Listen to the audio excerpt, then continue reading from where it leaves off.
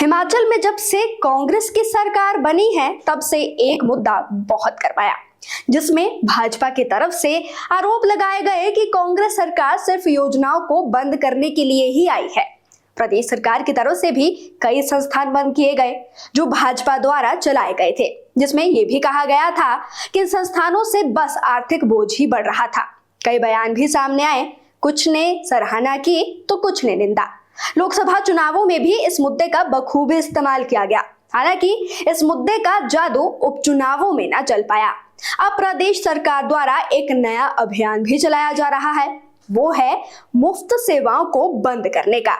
इस पर भी बहुत सी बयानबाजियां देखने को मिली, यहाँ तक कि इसकी गूंज संसद तक भी पहुंची। तो चलिए आज इसी पर चर्चा करते हैं।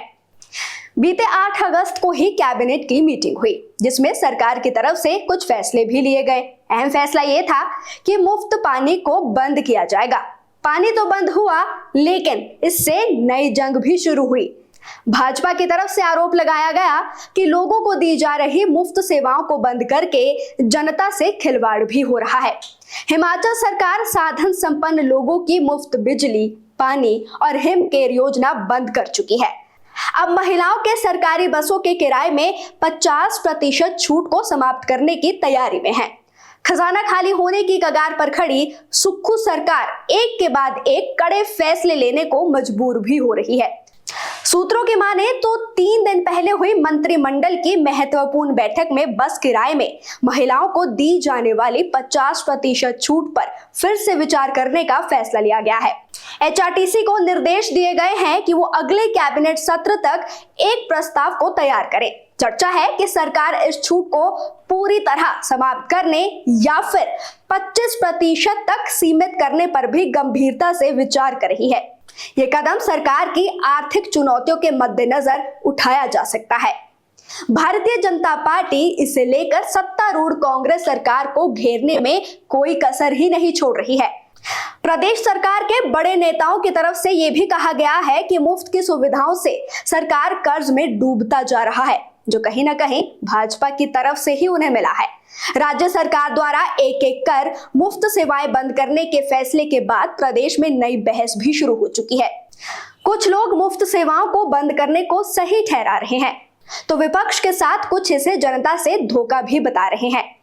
वहीं भाजपा की बात करें तो भाजपा के शीर्ष नेता कांग्रेस सरकार के मुफ्त रेवड़ियां ना बांटने के निर्णय की सराहना भी कर रहे हैं। अब इसी मुद्दे पर पूर्व केंद्रीय मंत्री एवं बीजेपी के वरिष्ठ नेता शांता कुमार का बयान भी सामने आया। उन्होंने कहा है कि मुफ्त रेवड़ियां बांटना सही नहीं है। अमीर लोगों की मुफ्त बिजली और पानी बंद करना सही फैसला है।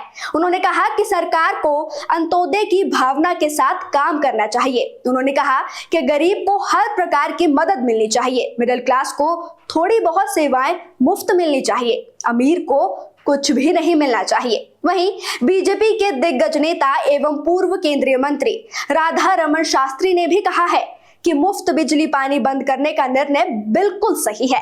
हिमाचल को आर्थिक संकट से बाहर लाने के लिए सरकार को व्यवहारिक होना पड़ेगा। बिजली पानी में गरीबों को छूट मिलनी चाहिए, जो बिल दे सकते हैं उन्हें बिल भी देना चाहिए। उन्होंने कहा कि सभी कंट्रीब्यूट करेंगे तभी साधन बनेंगे। अब इन बयानों से तो साफ हो जाता है कि प्रदेश सरकार के फैसलों से कुछ भाजपा नेता खुश है और राजनीति से उठकर तार्किक बयान भी दे रहे हैं। अब इन बयानों से भाजपा के अंदर क्या खलबली मचती है, ये तो आने वाला वक्त ही बताएगा। तो चलिए आपको अब उस समय में ले चलते हैं जब हिमाचल की जयराम सरकार ने ये मुफ्त सेवाएं शुरू की थी।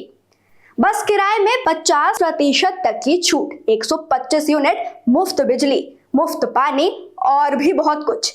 हिमाचल का तो दिल जीता, मगर केंद्र सरकार को नाराज भी किया। केंद्र सरकार की तरफ से ये कहा गया कि हिमाचल के इस वादे की वजह से और भाजपा शासित राज्यों पर भी दबाव बना है कि मुफ्त की सेवाएं शुरू की जाए, जिससे केंद्र पर भी बोझ बढ़ा। अब हिमाचल की सुक्खू सरकार का तर्क ये है कि इस निर्णय से सरकार पर आर्थिक बोझ पड़ा है और साधन संपन्न लोगों को रेवड़ियां भी बांटी गई है। नेता प्रतिपक्ष की तरफ से भी आए दिन कोई ना कोई बयान तो सामने जरूर आता है, जिसमें वो जनहित योजनाओं को बंद करने का आरोप सुक्खू सरकार पर भी लगाते हैं। पूर्व मुख्यमंत्री जयराम ठाकुर ने कहा है कि सरकार प्रदेशवासी को मिला हक छीनना चाहती है। ज्यादातर हक जो पूर्व सरकार की तरफ से दिए गए हैं सब छीन लिए गए हैं। सरकार का ये शर्मनाक कृत्य है। उन्होंने कहा है कि विधानसभा चुनाव में कांग्रेस जिन गारंटियों का झूठ बोलकर सत्ता में थी उन्हें एक एक कर बंद किया जा रहा है। ये प्रदेश के लोगों के साथ भी धोखा है। लेकिन सच्चाई इसकी एक और भी है कि सुक्खू सरकार वादों में पीछे नहीं रही। सत्ता में आने के लिए कांग्रेस ने भी कई वादे किए थे। कांग्रेस ने 18 साल से ज्यादा उम्र की सभी महिलाओं को 1500 रुपए प्रति माह देने की गारंटी दी थी। इसी तरह कांग्रेस ने चुनाव में कई ऐसी घोषणाएं भी की थी जो आज आर्थिक बदहाली के कारण सरकार के गले का फांस बन चुकी है। अब देखना यह है कि आने वाले समय में भाजपा के द्वारा चलाई गई योजनाओं को बंद करके कैसे सुक्खू सरकार अपनी गारंटियों को पूरा करती है।